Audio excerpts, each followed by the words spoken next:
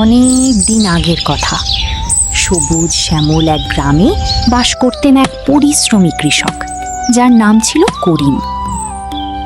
তার স্ত্রী আমিনা সব সময় স্বামীকে কাজে সাহায্য করতেন।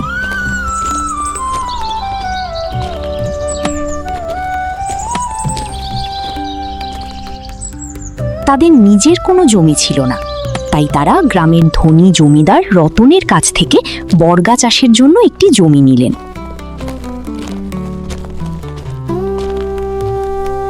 জমিদার সাহেব, যদি অনুমতি দেন, আমি এই জমিতে কলার চাষ করতে চাই। মন দিয়ে কাজ করব। ঠিক আছে, জমি তোমাকে বর্গায় দিলাম, তবে ফসলের ভাগ নিয়ম অনুযায়ী দিতে হবে। অবশ্যই জমিদার সাহেব, আমি কথা রাখব। পরদিন থেকেই করিম ও আমিনা কাজে নেমে পড়লেন। তারা জমি পরিষ্কার করলেন, গর্ত করলেন এবং একে একে কলার চারা লাগাতে শুরু করলেন।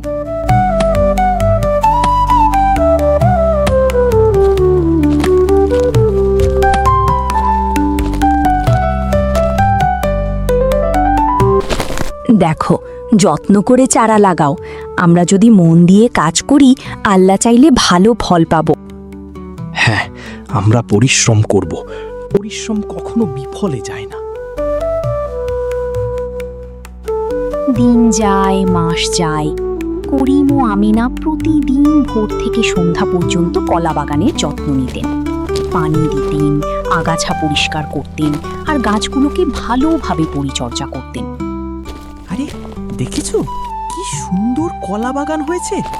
এত বড় বড় কলার থোকা আমি আগে কখনো দেখিনি। গ্রামের সবাই করিমের পরিশ্রমের প্রশংসা করলেও জমিদার রতনের মনে ধীরে ধীরে লোভ জন্ম নিতে লাগলো। এত কলা বিক্রি হলে অনেক টাকা হবে। যদি সব কলা আমার হয়ে যায়।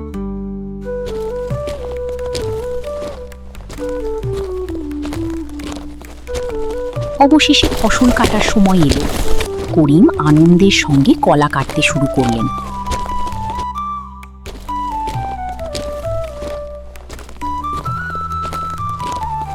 আমিনা, আল্লাহর রহমতে আমাদের কষ্ট সফল হয়েছে। হ্যাঁ, এতদিনের পরিশ্রম আজ ফল দিয়েছে।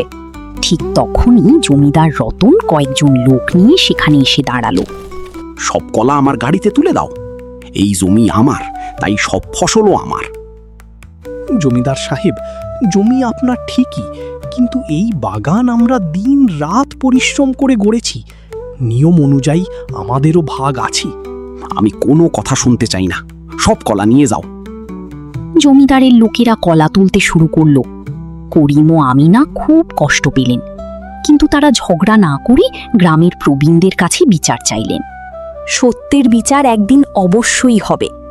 পরদিন গ্রামের সবাই এক জায়গায় জড়ো হলো। জমিদার রতন, জমি আপনার হতে পারে, কিন্তু এই ফসল করিম ও আমিনার পরিশ্রমের ফল। বর্গা চাষের নিয়ম অনুযায়ী কৃষকের ন্যায্য অংশ তাকে দিতেই হবে। করিমের মতো পরিশ্রমী মানুষ আমরা খুব কম দেখেছি। অন্যের অধিকার কেড়ে নেওয়া অন্যায়। সবাই একই কথা বলায় জমিদার রতন নিজের ভুল বুঝতে পারলেন। করিম, আমি ভুল করেছি। তোমার ন্যায্য অংশ আমি এক্ষুনি দিয়ে দিচ্ছি। আমাকে ক্ষমা করে দিও।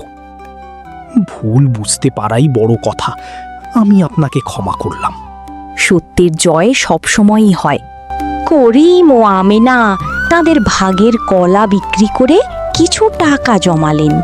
পরে তারা একটি ছোট জমি কিনলেন এবং নিজেরাই চাষ শুরু করলেন। তাদের সুখের সংসার আরও সুন্দর হয়ে উঠল, আর জমিদারও এরপর থেকে কখনো অন্যের অধিকার কেড়ে নেওয়ার চেষ্টা করলেন না।